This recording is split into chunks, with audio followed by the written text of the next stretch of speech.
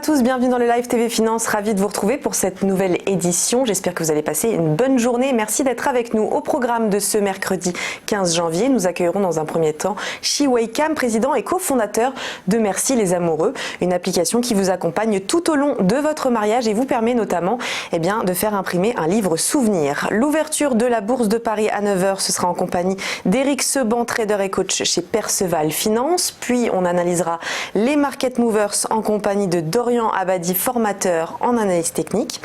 On parlera ensuite de l'immobilier et de la ville de demain avec Ella-Étienne Denoy, CEO de Green Solus. Enfin, un peu plus tard dans la journée à 14h en codiffusion sur la page économie du Figaro.fr. Ne manquez pas notre interview de David Derry, social media manager chez eToro. Il nous parlera de toutes les actus de ce réseau de trading social. Mais avant ça, voici les dernières actualités. Et cela ne fait que quelques semaines qu'elle a pris place en tant que présidente de la Commission européenne.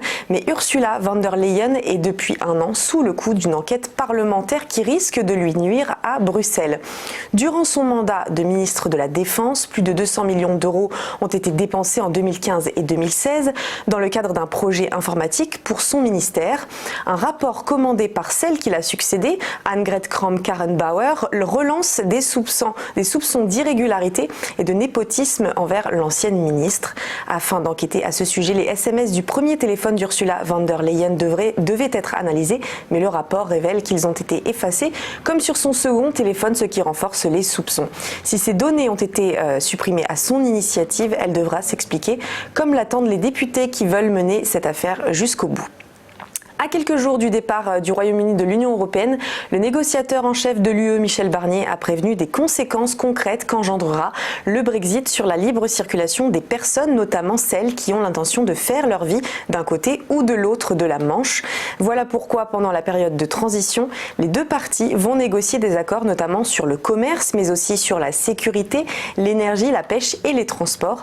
Certains citoyens européens installés au Royaume-Uni pourraient toutefois rencontrer des problèmes dans leur démarche pour pouvoir rester dans ce pays. Enfin, on va parler audiovisuel avec une réforme dévoilée par le ministère de la Culture qui prévoit une contribution des géants du numérique à la production audiovisuelle française et européenne. C'est déjà le cas pour les chaînes de télévision traditionnelles.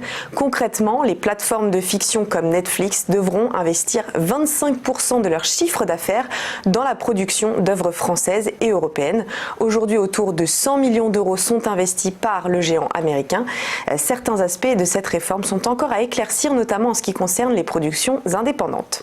Focus maintenant sur la Bourse de Paris, très légère hausse du CAC 40 hier, plus 0,08%, note plutôt stable, toujours au-dessus des 6000 points à 6040,89 points.